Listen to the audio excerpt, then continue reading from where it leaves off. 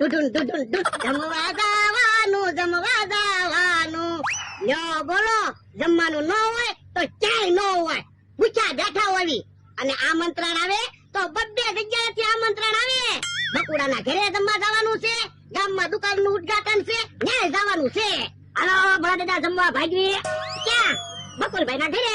બકુડાના ઘરે તો મારે જમવા જવાનું છે તારે તો દુકાનના ઉદ્ઘાટનમાં જવાનું છે ના રે ના દુકાનના ઉદ્ઘાટનમાં તો શેવડો ને પેંડા હોય બકુલભાઈના ઘરે તો હારું હારું જમવાનું હોય છે તમે જાવ દુકાનના ઉદ્ઘાટનમાં પણ લ્યા બકુડાના ઘરે હું જમવા નહીં જાઉં ને તો બકુડાને ખોટું લાગશે પણ બકુલભાઈએ મને આમંત્રણ આપ્યું હું જમવા નહીં જાઉં તોય બકુલભાઈને ખોટું ન લાગે તું અમારા ગામનો છો ના ના તો પછી બકુડાને ક્યાંથી ખોટું લાગે પણ દુકાનના ઉદ્ઘાટનમાં શેવડો ને પેંડા હોય હું થોડો શેવડો ને પેંડા ધરાવ મારે હારું હારું ન ખાવું હોય પણ તો એલા દુકાનના ઉદ્ઘાટનમાં એક જણાને જાવું પડશે નકર બાકીમાં આપણને કઈ વસ્તુ નહીં આપે એવું કઈ ન હોય ઈ તો એને દુકાન આપી હોય તો બાકીમાં વસ્તુ આપે પણ એલા વ્યવહારમાં જાવું પડે એકલું ખાવાનું ન વિચારવાનું હોય તો પણ તમે વ્યવહારમાં જાવ ને મારે તો ખાવાનું જ વિચારવાનું હોય ને તું શેઠ છો કે હું શેઠ છું એ તમે તો હું કહું ને એમ જ થશે હું માથાકૂટ છે જોવો ને ભોળા દાદા મને કે તું દુકાનના ઉદ્ઘાટનમાં જા અને એ બકુલભાઈ ઘરે જમવા જાય દુકાનનું ઉદ્ઘાટન તો થઈ ગયું હે દુકાનનું ઉદ્ઘાટન થઈ ગયું હા તો તમે સેવડો પેંડા ખાઈ દેવાય છે ને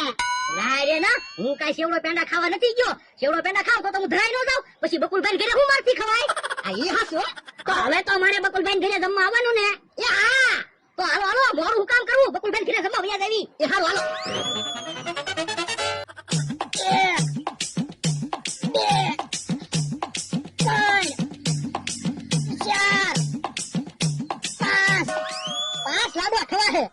પાંચ લાડવાની તો તું વાત કરે હું તો 10 લાડવા ખાઈ જાઈશ મોટા લાડવા હોય ને તો 10 લાડવા નો ખવાય એટલે તો જો ને હું ગારાના લાડવા બનાવીને લાવ્યો માપ કાઢવા હાટું નાનો લાડવો હોય તો એક બટ્ટામાં ખાઈ જવાનો અને મોટો લાડવો હોય ને તો 2 બટ્ટા કરીને ખાવાના એટલા લાડવા જ નહીં ખાતો નકર બધા તારા દાંત કાઢશે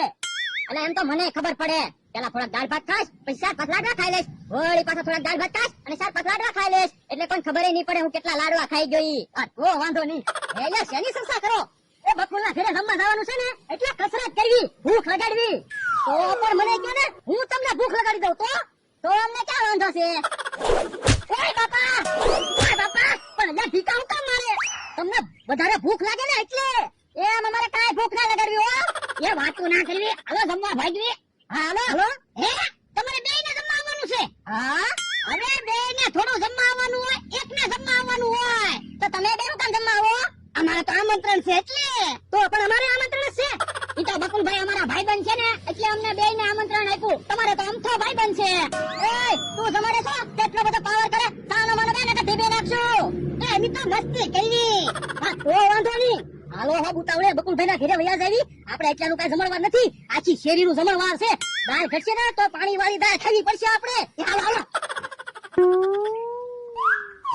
બધા જમવા આવે ને એટલે તારે પેલા થાળી આપી દેવાની પછી વાટકા આપી દેવાના અને પછી સબ્જી આપવાની એ વાંધો નહીં ઈ કે દુના જમણવાર રાખવાની વાતો કરતા હતા આજ જમણવાર રાખી દીધો કોનો ફોન છે એ મારા બાનો ફોન હતો તો એને કે ને ટાઈમ હોય તો જમવા આવે પણ એમ તાત્કાલિક તો કેમ જમવા આવે હા ઈ હાચું બીજી વાર જમણવાર રાખશો ને ત્યારે તારા બાને અગાઉ કહી દઈશું અને બાબા તે શેરીમાં બધાને જમવાનું કીધું ને ના ના બધાને નથી કીધું કે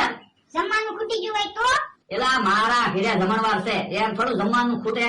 લ્યો તો પીરી કાકીને બધાને કહેતી આવું એ હારું હા આપણે છેલ્લે જમવાનું હો એ વાંધો નહીં બધા જમી લે ને પછી આપણે બે નિરાજથી જમશું હે મારા ભાઈબંધો તો બધા આવ્યા એ ભાઈ આવો ગ્લાસ કાઢવા વાળો કોઈ નથી હા બધાને થાળીઓ વાટકા સમસી આપી દે એ હારું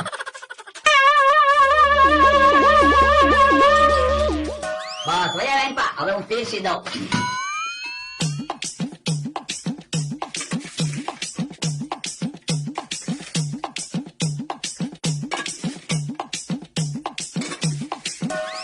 યા ખરા સારું પણ બકુલભાઈ બધી વસ્તુ આપી દો ને પછી જમવાનું શરૂ કરવી પણ જમવાનું આપી તો દેજો હે ખાલી ખીચડી જ છે હા તો આ સમસીન વાટકા ને એવું શું કામ આપ્યું એમાં એવું છે કોકને થાળીમાં ખીચડી ખાતા ન ફાવે તો વાટકામાં ખીચડી ખાવાની અને કોકને હાથે ખીચડી ખાતા ન ફાવે તો સમસીથી ખીચડી ખાવાની છે હે બકુલભાઈ જમણવાર શું કામ રાખ્યો એમાં એવું છે મારે ખીચડી ખાવાની બાધા હતી તે આજ બાધા છૂટી કરી તો મેં કીધું જમણવાર રાખી દેવી ને. હે બકુડા સિંગ તેલ હોય તો લાવ ને, ખીચડી ખાવાની મજા આવે. હવે સિંગ તેલ તો એમ નથી ખાતા. તો બકુલભાઈ ડુંગળી આપો, ડુંગળી ના ખીચડી ખાવી. એલા ડુંગળી હોય તો પુલાવ ન બનાવી. ઈ અને તમને બધાને એક ઠપકો આપવાનો છે. હું તમને બધાને કીધું તું વહેલા 5 વાગ્યામાં રહોડું ચાલુ કરવાનું છે તો એકેય નો આવ્યા, બધા જમવાના ટાઈમે આવ્યા. પણ બકુલભાઈ ખાલી ખીચડી જ બનાવવાની હતી તો 5 વાગ્યા રહોડું હું કામ ચાલુ કર્યું? 11:30 પાણીમાં મગ ચોખા ને મીઠું નાખીને ચૂલા ઉપર તપેલું મૂકી દીધું હોત ને તો એની હાથે ખીચડી બની જાત. પણ એમાં એવું છે આખી શેરીનો જમણવાર છે તો ઉતાવળ તો રાખવી જ પડે ને. હા બકુલે તો કે ખીચડી આપે પણ આવડા બધાને ખાઈ તો લેવા દે. હા દુકાનના ઉદ્ઘાટનમાં ગયો તો સારું હતું ને. હા ઈ હાસુ તો શેવડો ને પેંડા તો ખાવા મળે. હલાવ સાહેબ પીને પછી મને એમ કે ખટાશ ચડી જાય, ખટાશ ચડી જાય ને.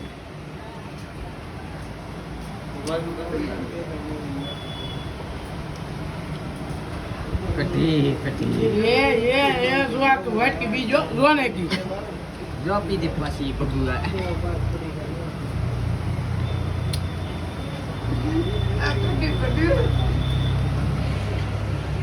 કઢીના શોખીને જેવો જવાનો મોહ ન હોય યાર. આમ જોતો કરો અડધો જગ ખાલી પીરો ટેટર નો મૂકવાનું છે આપણે કઈ એ બધો જોયો છે ને કોઈ નહીં.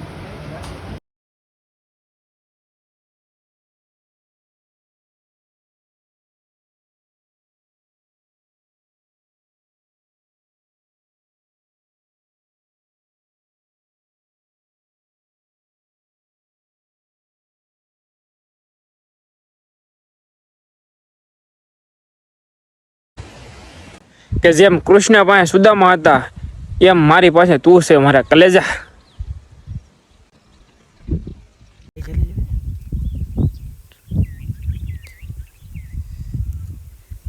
કુ